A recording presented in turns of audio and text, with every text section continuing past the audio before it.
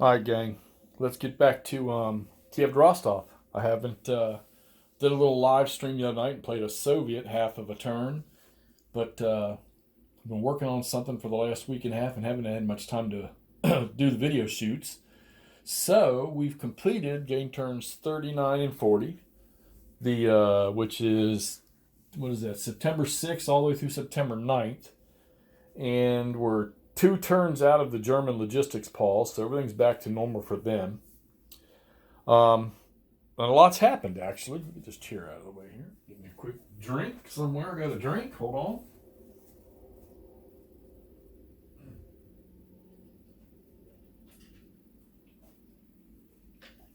So what has happened is the Germans have started. Well, they've progressed in their attempt to pinch off the German or the Soviets in the Kiev area. But let's take a look down south here first. Let's see. See if we can't get the camera over here. Get it tilted down so you can see right in here the well, we would do that if it would work. Let's see. Yeah. So you can see down here, just above the Crimea, the Germans have gotten across the river by using one of their bridges. They've driven the Soviet units out of this little village, or out of this river crossing, this bridge right here, and the bridge is blown, so now they got to try to repair that. They actually had some good success these last two turns in bridges, just not down here. They've now cut these units off. During the supply phase, these two units were in supply by going this way to the road. But then during the German turn, I moved the motorized unit, this motorcycle unit, around. So now, if the Soviets weren't able to clear these guys out of here, obviously, because they'd have to attack the whole bunch.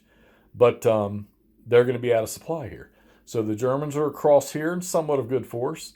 And they're definitely across here in force with the motorized division here. Yeah, 16th motorized or 10, I can't tell. But so the Crimea garrison down here, they have been released. Let's see if we can get the camera down there. So all these units that were down here underneath this stuff, they are now up here in the lines. Okay. So that's going to help them.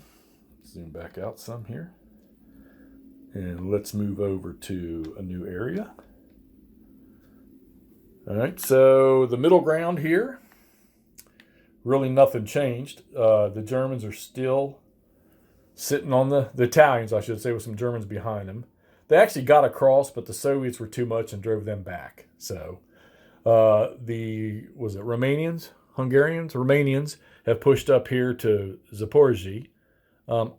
They might try. I don't know if they're going to have enough back in to do it. Plus the supply doesn't reach them. So, this next turn here, they're probably going to go out of supply. And of course, the Russian defenses are still sitting there around Dnipropetrovsk. Yeah, okay. Somebody sent me who was it? Chris sent me that thing. I still can't read that word. All right, let's move over here some. This darn thing is irking the daylights out of me. I haven't used it in a while. I broke my little stand tripod. I got to go get another one, it looks like. All right, so right in there, nothing going on. The Germans still hold the other side. And they have got the bridge, I believe, is completely repaired. So they had some really good bridge dice rolls. That bridge is repaired. The rail bridge and the road bridge here are now completely repaired. All right. So they've got that. So now they got a place they can get that rail line across and touch that road intersection right here. Now they'll have that as a road net. Started to pull the Russians back because what had happened was the Germans up here, they cut off the rail line up that way. You notice there's no main roads up in this area, and the tracks are useless. So that rail line got cut off, and this rail line right here is cut off by this German unit. All right. You go down here go a little bit south, and these two German units here have cut off the road and the rail lines going out of here. So all of this stuff here, and you'll see, look at all the markers. They're all out of supply. Well, they're all in emergency supply right now. hopefully some of that's going to change. Turn this light off. Hopefully some of that's going to change because the Soviets don't do much attacking. So flipping some of these wagons and carts over, each one of those guys can supply 5 hexes within a 7 hex range. So hopefully we'll get some of these will get cleared up. I know quite a few here will, because there's 2 wagons sitting right there. So, but they're falling back. Now the question is where we're going to fall back to. Oh, I got to turn that light back on. Sorry, guys. Question is where are they going to fall back to? So initially, I'm thinking this river line right here, going to the north and then up into those hexes there. So if we can get there with some kind of a force, then good. All right. German reinforcements are down to pretty much almost nothing now. As a matter of fact, some units are going to start breaking apart into smaller formations. But the Soviets still have a boatload of reinforcements to come on.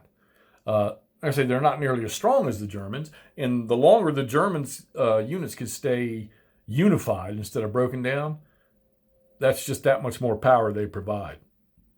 So I think first line of defense is still along that river line, as long as this can hold in here.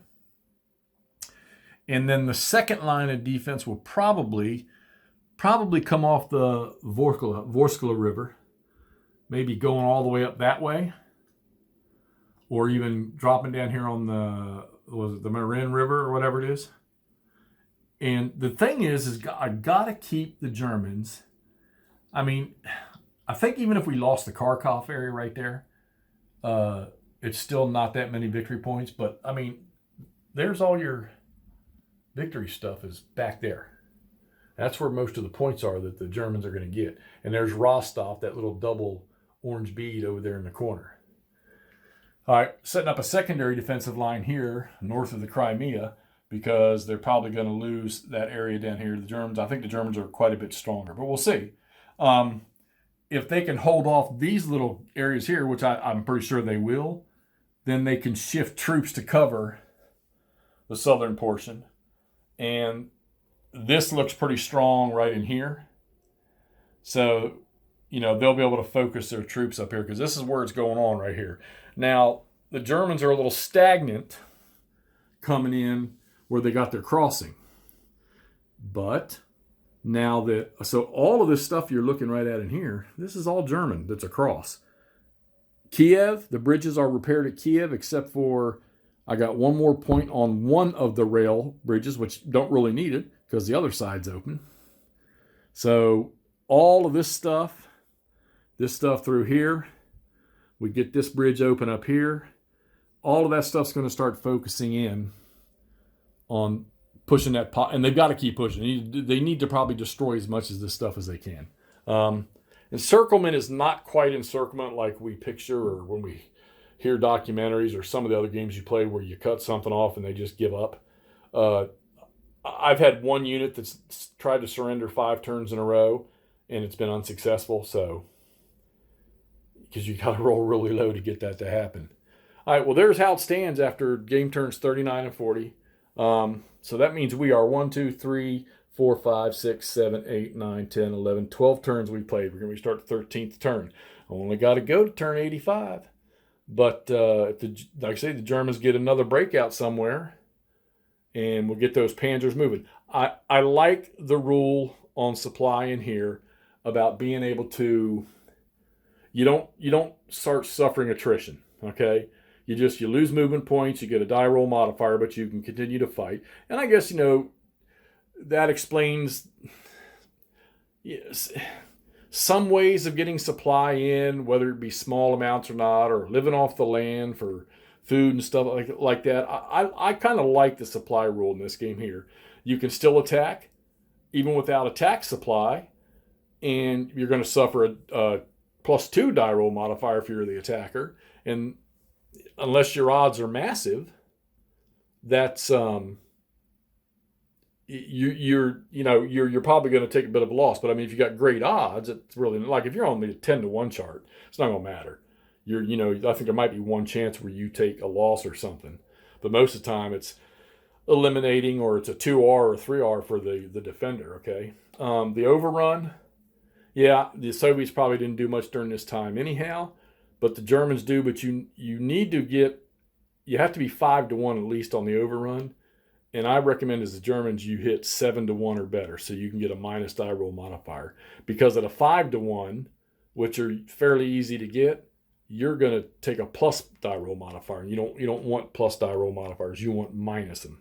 You want minus. Again, like I said, if the odds are really, really high, sometimes, sometimes I won't even use attack supply. If it's a high odds, because it really doesn't matter, I'm going to do damage to them anyhow. All right. So anyhow, like this, Kiev to Rostov, just finished up turn 40. We're going to move on to turn 41.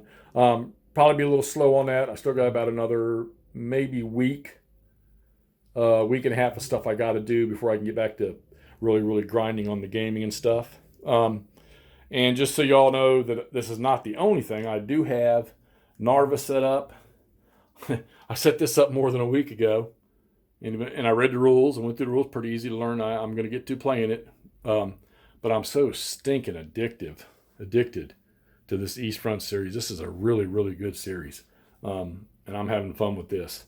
I may have to go back to Army Group South. Matter of fact, I think I'm going to play Army Group South with Kev, with Big Board, once a week, maybe a couple times a month. I think we're going to give it a shot. Probably on Vassal, though, I'm sure. Well, yeah, he's in Texas. I'm in West Virginia. All right, let's get this thing up so y'all can see what's going on and get caught up on what I've been doing here. And, hey, you know the deal. If you like it, subscribe. Tell somebody about it. Hit the notify bell so you can keep up to date when I shoot new ones on this. All right, gang. We'll talk to y'all shortly.